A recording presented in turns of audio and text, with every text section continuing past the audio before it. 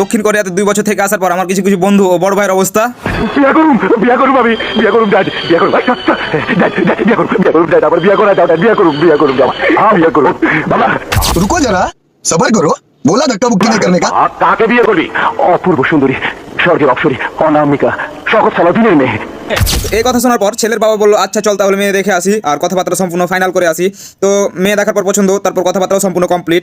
তারপর মেয়ের বাবা এক পর্যায়ে কোশ্চেন করছে যে আমার জামাই কি যৌতুক নিবে নাকি? তখন জামাইয়ের মনের অবস্থা, আমি যে কত বড় বংশের সন্তান আপনি তা জানেন? তো মেয়ের বাবা বললো যে না, যদি আমার জামাই বাড়ি গাড়ি চাই তাহলে দিব, সমস্যা নাই। তো বারবার এই যৌতুকের কথা শুনে জামাইয়ের মেজাজ খারাপ। জামাই তখন যা বললো, আমি মিসকিন, আমার এক টাকা নাই, নদীর পার আমার বাড়ি, জঙ্গলে আমার বাড়ি। তো জামাইয়ের এই রাগান্বিত ভাব দেখে অবশেষে সিদ্ধান্ত হলো যে যৌতুক ছাড়াই বিয়ে হবে এবং বিয়ের দিন তারিখ ঠিক হয়েছে। তারপর মেয়ে যখন জানতে পারছে যে বিয়ের দিন তারিখ ঠিক, তখন মেয়ের অবস্থা। বিয়াতে কত মজা গো, খালি কান আর কান। তো তারপর বিয়ের দিন বউ আনতে গিয়ে জামাই যেভাবে খাবার চাই, পোলাও ভাত বেশি খাইয়ে লাভ আছে, মাংস দেন পলাশ আর একটা দেন, ওটাও দিয়ে দেন। জি সমস্যা নাই, রোটা নাই না আছে, কোনো টেনশন নাই, দেন। शाबाश